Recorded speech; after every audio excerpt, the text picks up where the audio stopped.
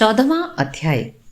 श्री भगवान बोले, ज्ञानों में भी अति उत्तम उस परम ज्ञान को मैं फिर कहूँगा, जिसको जानकर सब मुनिजन इस संसार से मुक्त होकर परम सिद्धि को प्राप्त हो गए हैं। इस ज्ञान को आश्रय करके अर्थात धारण करके मेरे स्वरूप को प्राप्त हुए पुरुष सृष्टि के आदि में पुनः उत्पन्न नहीं होते हैं और प्रलय काल में भी व्याकुल नहीं होते हैं। हे अर्जुन, मेरी महत ब्रह्म रूप मूल प्रकृति संपूर्ण भूतों की योनि है, अर्थात गर्भाधान का स्थान है, और मैं उस योनि में चेतन समुदाय रूप गर्भ को स्थापन करता हूँ। उस जड़ चेतन के संयोग से सब भूतों की उत्पत्ति होती है। हे अर्जुन, नाना प्रकार की सब योनियों में जितनी मूर्तियां अर्थात शरीरधारी प्राणी उत्पन्न होते हैं, प्रकृति तो उन सब की गर्भ धारण करने वाली माता है और मैं बीज को स्थापन करने वाला पिता हूँ। हे अर्जुन, सत्वगुण, रजोगुण और तमोगुण ये प्रकृति से उत्पन्न तीनों गुण अविनाशी जीवात्मा को शरीर में बांधते हैं। हे निष्पाप, उन तीनों गुणों में सत्व गुण तो निर्मल होने के कारण प्रकाश करने वाला और विकार रहित है। वह सुख के संबंध से और ज्ञान के संबंध से अर्थात उसके अभिमान से बांधता है। हे अर्जुन, राग रूप रजोगुण को कामना और आसक्ति से उत्पन्न जान। वह इस जीवात्मा को कर्मों के और उनके फल के संबंध से बांधता है। हे अर्जुन, सब देहाभिमानियों को मोहित करने वाले तमोगुण को तो अज्ञान से उत्पन्न जान। वह इस जीवात्मा को प्रसाद यानी इंद्रियों और अंतःकरण की व्यर्थ चेष्टाओं का नाम प्रमाद, आलस्य और निद्रा के द्वारा बांधता है। हे अर्जुन, सत्वगुण सुख में लगाता है और रजोगुण कर्म में, तमोगुण तो ज्ञान को ढककर प्रमाद में ही लगाता है। हे अर्जुन, रजोगुण और तमोगुण को दबाकर सत्वगुण और रजोगुण जैसे सत्वगुण और रजोगुणों को दबाकर तमोगुण होता है अर्थात बढ़ता है। जिस समय इस देह में तथा अंतःकरण और इंद्रियों में चेतनता और विवेक शक्ति उत्पन्न होती है, उस समय ऐसा जानना चाहिए कि सत्वगुण बढ़ा है। हे अर्जुन, रजोगुण के बढ़ने पर लोभ प्रवृत्ति स्वार्थ बुद्धि से, कर्मों का सकाम भाव से, आरंभ अशांति और विषय भोगों की लालसा ये सब उत्पन्न होते हैं। हे अर्जुन, तमोगुण के बढ़ने पर अंतःकरण और इंद्रियों में अप्रकाश, कर्तव्य कर्मों में अप्रवृत्ति और प्रमाद अर्थात व्यर्थ चेष्टा और निंद्रादि अंतःकरण की मोहिनी वृत्तियां ये सब ही उत्पन्न होते हैं। जब यह मनुष्य सत्वगुण की वृद्धि में मृत्यु को प्राप्त होता है, तब तो उत्तम कर्म करने वालों के निर्मल दिव्य स्वर्ग आदि लोकों को प्राप्त होता है। रजोगुण के बढ़ने पर मृत्यु को प्राप्त होकर कर्मों की आसक्ति वाले मनुष्यों में उत्पन्न होता है तथा तमोगुण के बढ़ने पर मरा हुआ मनुष्य कीट पशु आदि मूढ़ योनियों में उत्पन्न होता है। श्रेष्ठ कर्म का तो सात्विक अर्थात सुख, ज्ञान और वैराग्य आदि निर्मल फल कहा है। राजस कर्म का फल दुख और तामस कर्म का फल अज्ञान कहा है। सत्वगुण से ज्ञान उत्पन्न होता है और रजोगुण से निस्संदेह लोभ तथा तमोगुण से प्रमाद और मोह उत्पन्न होते हैं और अज्ञान भी होता है। सत्वगुण में स्थित पुरुष स्वर्ग आदि उच्च लोकों को जाते हैं। रजोगुण में स्थित राजस पुरुष मध्य में अर्थात मनुष्य लोक में ही रहते हैं और तमोगुण के कार्य रूप निंद्रा, प्रमाद और आलस्यादि स्थित तामस पुरुष अधोगति को अर्थात कीट पशु आदि नीच योनियों को तथा नरकों को प्राप्त होते हैं। जिस समय दृष्टा तीनों गुणों के अतिरिक्त अन्य किसी को करता नहीं देखता और तीनों गुणों से अत्यंत परे सच्चिदानंद स्वरूप मुझ परमात्मा को तत्व से जानता है, उस समय वह मेरे स्वरूप को प्राप्त होता है। यह पुरुष शरीर की अर्थात बुद्धि, अहंकार और मन आदि 5 इंद्रियां उत्पत्ति के कारण रूप इन तीनों गुणों को उल्लंघन करके जन्म, मृत्यु, वृद्धावस्था और सब प्रकार के दुखों से मुक्त हुआ परमानंद को प्राप्त होता है। अर्जुन बोले, इन तीनों गुणों से अतीत पुरुष किन किन लक्षणों से युक्त होता है और किस प्रकार के आचरणों वाला होता है, तथा हे प्रभो, मनुष्य किस उपाय से इन तीनों गुणों से अतीत होता है। श्री भगवान बोले, हे अर्जुन, जो पुरुष सत्वगुण के कार्य रूप प्रकाश को और रजोगुण के कार्य रूप प्रवृत्ति को तथा तमोगुण के कार्य रूप मोह को भी न तो प्रवृत्त होने पर उनसे द्वेष करता है और न निवृत्त होने पर उनकी आकांक्षा करता है, जो साक्षी के सदृश स्थित हुआ गुणों के द्वारा विचलित नहीं किया जा सकता और गुण ही गुणों में बरतते हैं, यानी गुणातीत पुरुष के अभिमान रहित अंतःकरण में तीनों गुणों के कार्य रूप प्रकाश, प्रकृति, मोह आदि वृत्तियों के प्रकट होने और न होने पर किसी काल में भी इच्छा, द्वेष आदि विकार नहीं होते हैं। यही उसके गुणों से अतीत होने के प्रधान लक्षण हैं। ऐसा समझता हुआ जो सच्चिदानंद घन परमात्मा में एक ही भाव से स्थित रहता है एवं उस स्थिति में कभी विचलित नहीं होता,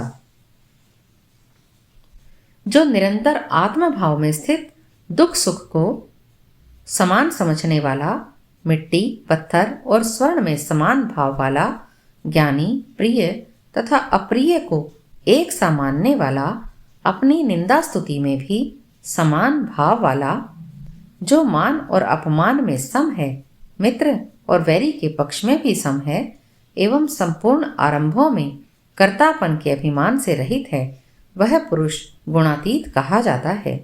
और जो पुरुष अव्याभिचारी भक्ति योग के यानी केवल एक सर्वशक्तिमान परमेश्वर वासुदेव भगवान को ही अपना स्वामी मानता हुआ स्वार्थ और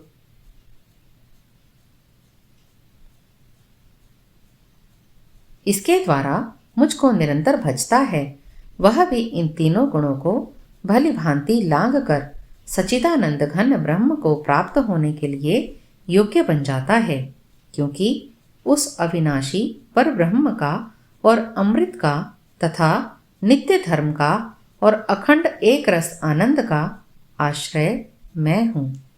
हरिओम। 15वां अध्याय।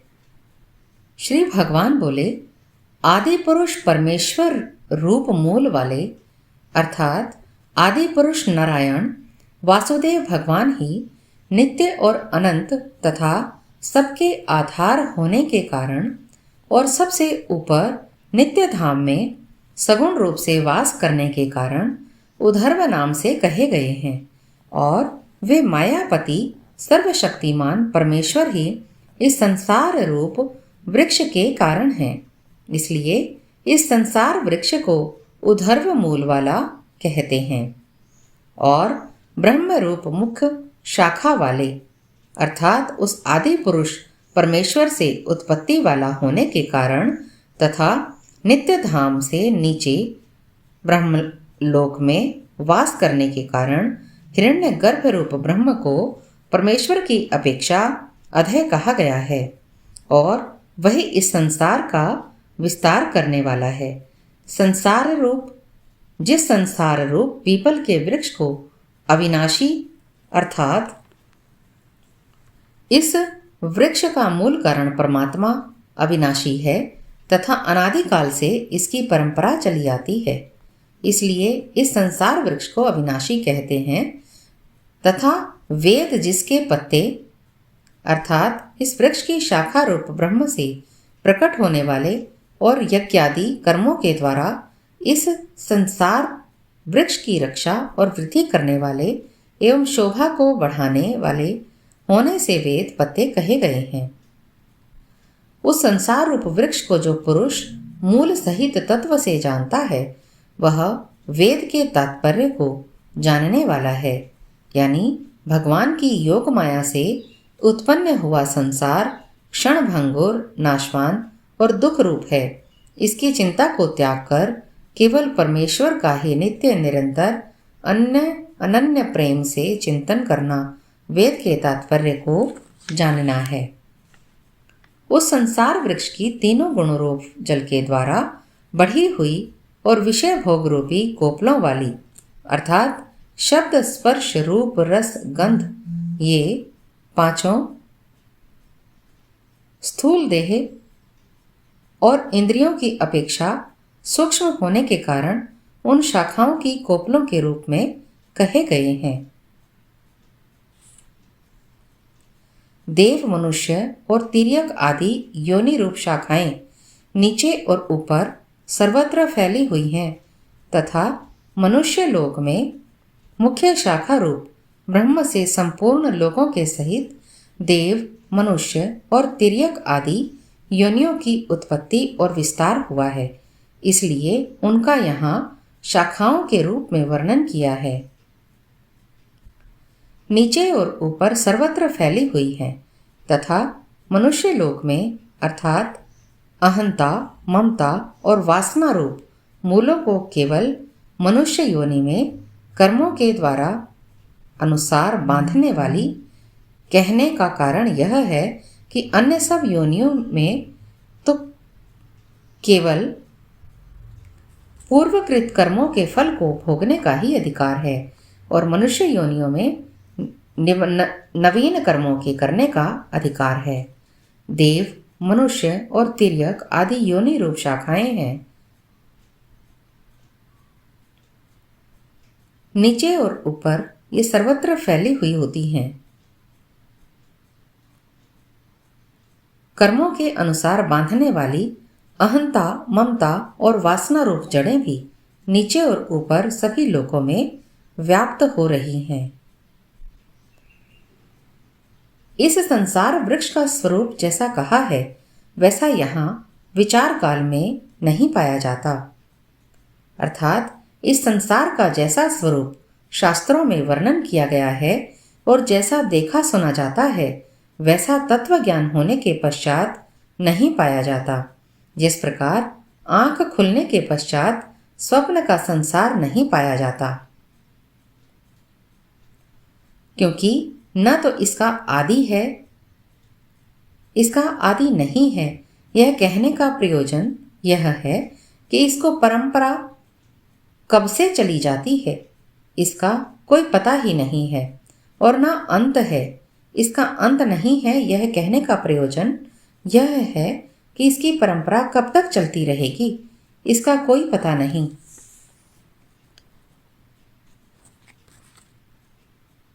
तथा न इसकी अच्छी प्रकार से स्थिति ही है, अर्थात इसकी अच्छी प्रकार स्थिति भी नहीं है। यह कहने का प्रयोजन यह है कि वास्तव में वह क्षण भंगुर और नाशवान है। इसलिए इस अहंता, ममता और वासना रूप अति दृढ़ मूलों वाले संसार रूप पीपल के वृक्ष को दृढ़ वैराग्य रूप अर्थात ब्रह्मलोक तक के भोग क्षणिक और नाशवान हैं, ऐसा समझकर इस संसार के समस्त विषय भोगों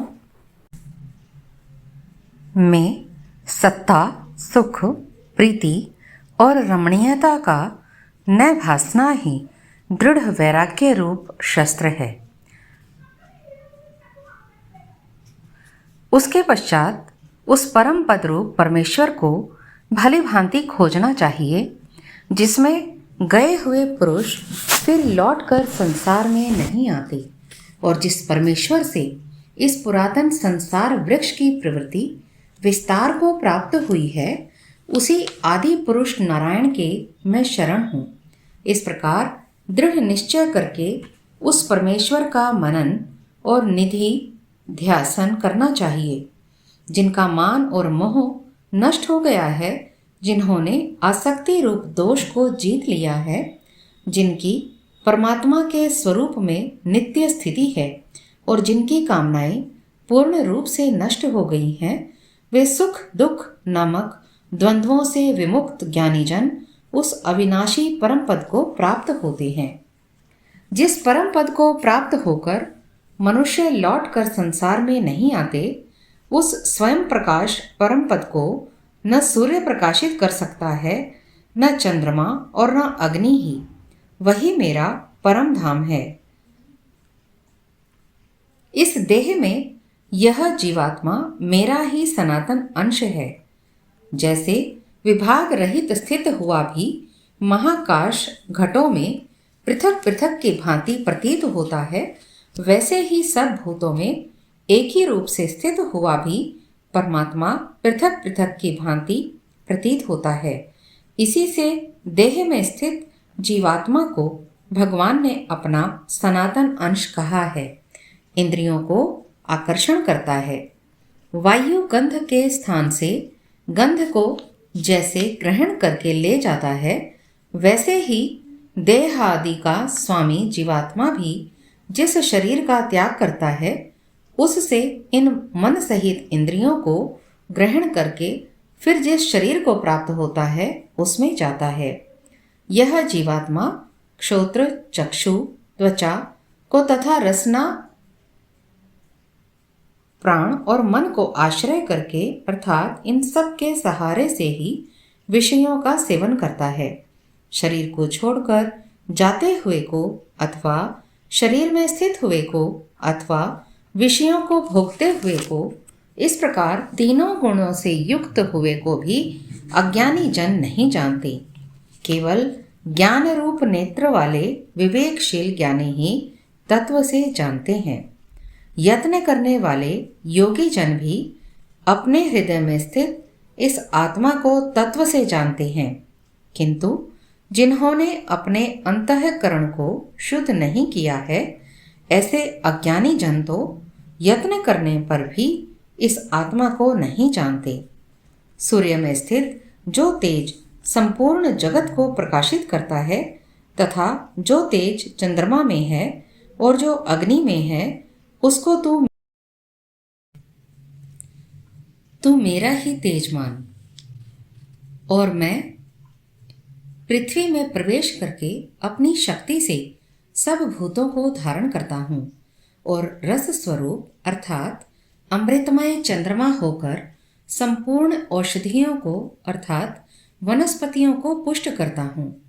मैं ही सब प्राणियों के शरीर में स्थित रहने वाला प्राण और अपान से संयुक्त वैश्वानर अग्नि रूप होकर 4 प्रकार के अन्न को पचाता हूँ। मैं ही सब प्राणियों के हृदय में अंतर्यामी रूप से स्थित हूँ तथा मुझसे ही स्मृति ज्ञान और अपोहन होता है और सब वेदों द्वारा मैं ही जानने के योग्य हूँ। अर्थात सर्व वेदों का तात्पर्य परमेश्वर को जानने का है, इसलिए सब वेदों द्वारा जानने के योग्य एक परमेश्वर ही है तथा वेदांत का कर्ता और वेदों को जानने वाला भी मैं ही हूँ। इस संसार में नाशवान और अविनाशी भी ये 2 प्रकार के पुरुष हैं। इनमें संपूर्ण भूत प्राणियों के शरीर तो नाशवान और जीवात्मा अविनाशी कहा जाता है। इन दोनों से उत्तम पुरुष तो अन्य ही है, जो तीनों लोकों में प्रवेश करके सबका भरण पोषण करता है। एवं अविनाशी परमेश्वर और परमात्मा इस प्रकार कहा गया है, क्योंकि मैं नाशवान जड़ वर्ग क्षेत्र से तो सर्वथा अतीत हूँ और अविनाशी जीवात्मा से भी उत्तम हूँ। इसलिए लोक में और वेद में भी पुरुषोत्तम नाम से प्रसिद्ध हूँ। भारत, जो ज्ञानी पुरुष मुझको इस प्रकार तत्व से पुरुषोत्तम जानता है, वह सर्वज्ञ पुरुष सब प्रकार से निरंतर मुझ वासुदेव परमेश्वर को ही भजता है। हे निष्पाप अर्जुन, इस प्रकार यह अति रहस्य युक्त गोपनीय शास्त्र मेरे द्वारा कहा गया है। इसको तत्व से जानकर मनुष्य ज्ञानवान और कृतार्थ हो जाता है। हरि ओम।